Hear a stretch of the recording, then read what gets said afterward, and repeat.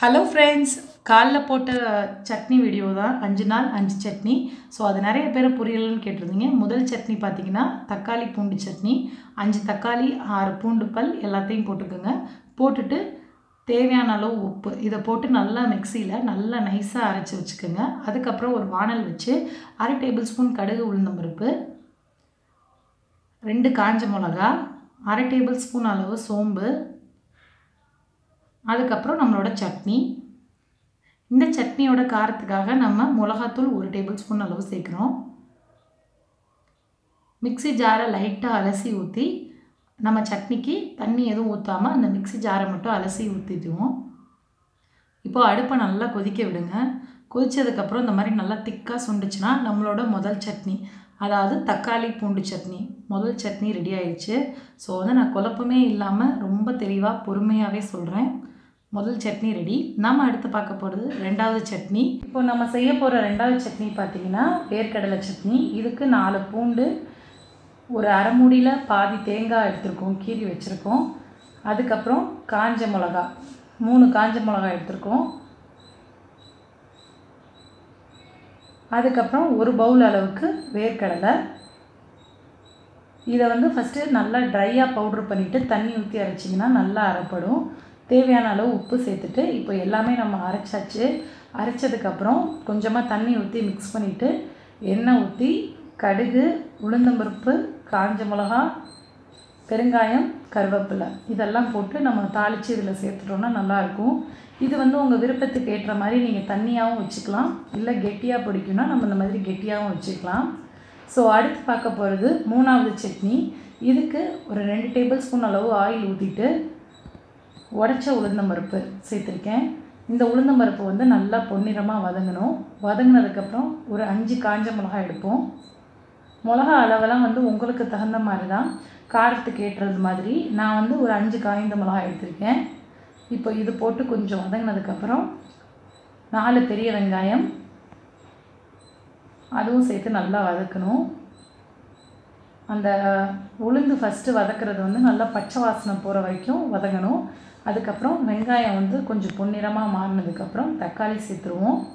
வெங்காயம் தக்காளி நல்லா வதங்கினதுக்கப்புறம் தேவையான அளவு உப்பு. இதுக்கப்புறம் நம்ம இதில் சேர்க்க போகிறது மல்லி இலை, அதாவது கொத்தமல்லி இலை சேர்க்குறோம். ஸோ இந்த மூணாவது சட்னி நீங்கள் கொத்தமல்லி இலை சேர்க்காமலும் செய்யலாம். நான் லாஸ்ட்டாக போட்டிருந்த வீடியோவில் உங்களுக்கு தெளிவாக என்னால் விளக்கம் கொடுக்க முடியல அவ்வளவா. ஸோ ரொம்ப ரொம்ப சாரி. இதில் தேவையான அளவு புளி. நான் அதுக்காக இந்த வீடியோ திருப்பி ரெடி பண்ணி உங்களுக்காக ரொம்ப பொறுமையாக சொல்லிட்டு வரேன். இது உங்களுக்கு ஒரு தடவை நீங்கள் பார்த்தாலே உங்களுக்கு நல்லாவே புரியும். இப்போது இதெல்லாம் ஆறுனதுக்கப்புறம் நம்ம இதை அரைச்சிடுவோம். ஸோ அரைக்கிறதுக்கு முன்னாடி கொஞ்சமாக தேங்காய் சேர்த்துக்கிட்டால் இன்னும் சுவையாக இருக்கும். இப்போ எல்லாமே நல்லா ஆறிடுச்சு. ஆறினதுக்கப்புறம் இந்த சட்னி நம்ம அரைச்சிருவோம். அரைச்சதுக்கப்புறம் ஆஸ் யூஷுவல் இதில் நம்ம கடுகு உளுந்தம்பருப்பு, காஞ்ச மிளகா, கருவேப்பிலை போட்டு தாளிச்சிக்கலாம். ஸோ நம்மளோட மூணாவது சட்னியும் ரெடி ஆகிடுச்சு. இதுக்கப்புறம் நம்ம பார்க்க போகிறது நாலாவது சட்னி. இதுக்கு எண்ணெயில் ஒரு 5 காஞ்ச மிளகா போட்டுக்கோங்க, காரத்துக்கு தகுந்த மாதிரி. பூண்டு, அதாவது ஒரு 3 பூண்டை முழுசாக தோல் உரித்து போட்டிருக்கேன். பூண்டு வதங்கினதுக்கப்புறம் ஒரே ஒரு தக்காளி. இந்த சட்னிக்கு நான் நல்லெண்ணெய் ஊற்றிருக்கேன். இப்போ ஒரு சொல அளவு புளி. ஃபஸ்ட்டு எண்ணெயில் ஒரு 5 அல்லது 6 காஞ்ச மிளகா போட்டுட்டு பூண்டு பல் போட்டுட்டு அதுக்கப்புறம் தக்காளி, ஒரு சொல புளி போட்டு இந்த சட்னி நல்லா வதக்கினதுக்கப்புறம் ஃபேனில் ஆற வச்சுட்டு மிக்ஸி கப்பில் போட்டு அரைக்க வேண்டியதான். இப்போது இது நமக்கு நல்லா ஆறிடுச்சு. இந்த சட்னிக்கு கொஞ்சம் எண்ணெய் சேர்த்து ஊற்றி தான் வதக்கணும், காரம் அப்போ தான் தெரியாது. இதுக்கு நீங்கள் தனியாக தாளிக்கலாம் வேணாம். ஃபஸ்ட்டு நம்ம எண்ணெய் ஊற்றி வதக்குவோம் இல்லையா, அந்த இதில் கொஞ்சம் எண்ணெய் மிச்சம் இருக்கும். ஏன்னா கொஞ்சம் நிறைய நல்லெண்ணெய் ஊற்றினா தான் நல்லாயிருக்கும்.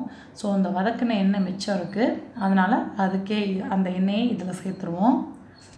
இப்போது இதெல்லாம் நல்லா மிக்ஸ் பண்ணி விட்டால் நம்மளோட நாலாவது சட்னி, அதாவது பூண்டு சட்னி தயார். ஸோ நான் ஸ்டெப் பை ஸ்டெப்பாக உங்களுக்கு விளக்கியிருக்கேன். ஃபஸ்ட்டு போட்ட வீடியோவோட கட்டாயம் இது நல்லா புரியும். அடுத்து எண்ணெய் ஊற்றிட்டு ஒரு 4 மிளகா, 3 பெரிய வெங்காயம் போட்டு நல்லா வதக்கணும். அதாவது இது நம்மளோட ஃபைனல் சட்னி.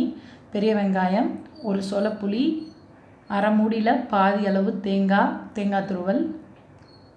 ஸோ இந்த வெங்காய சட்னி தான் நம்மளோட லாஸ்ட்டு சட்னி. ஃபஸ்ட்டு சட்னி தக்காளி, அடுத்து வேர்க்கடலை, அதுக்கடுத்து புதினா மல்லி சட்னி செஞ்சோம். அதுக்கப்புறம் பூண்டு சட்னி, இப்போ செய்ய போகிறது வெங்காய சட்னி. ஸோ எல்லாமே நான் வேறு எந்த ஒரு குழப்பமும் உங்களுக்கு கொடுக்காம ரொம்ப தெளிவாக பொறுமையாக தான் சொல்லியிருக்கேன். ஸோ ப்ளீஸ் இது தயவுசெய்து கொஞ்சம் அண்டர்ஸ்டாண்ட் பண்ணி பார்த்தீங்கன்னா உங்களுக்கே புரியும். இப்போ வெங்காயம், தேங்காய், காஞ்ச மிளகா, புளி இது மட்டும்தான் இந்த சட்னிக்கு. ஸோ இது நல்லா வதக்குனதுக்கப்புறம் ஆஃப் பண்ணிவிட்டு அடுப்பு ஆஃப் பண்ணிட்டு ஆற விட்டதுக்கப்புறம் நீங்கள் மிக்ஸி கப்பில் போட்டு அரைச்சா இந்த மாதிரி இருக்கும். ஸோ இதில் ரொம்பவே டேஸ்ட்டாக இருக்கும் இந்த சட்னிலாம். உங்களுக்கு வேலையும் ரொம்ப சுலபமாக இருக்கும். டெய்லி என்னென்ன சட்னின்னு கன்ஃபியூஸ் ஆகாமல் 5 நாளைக்கு 5 சட்னி ட்ரை பண்ணி பாருங்கள். தேங்க்யூ.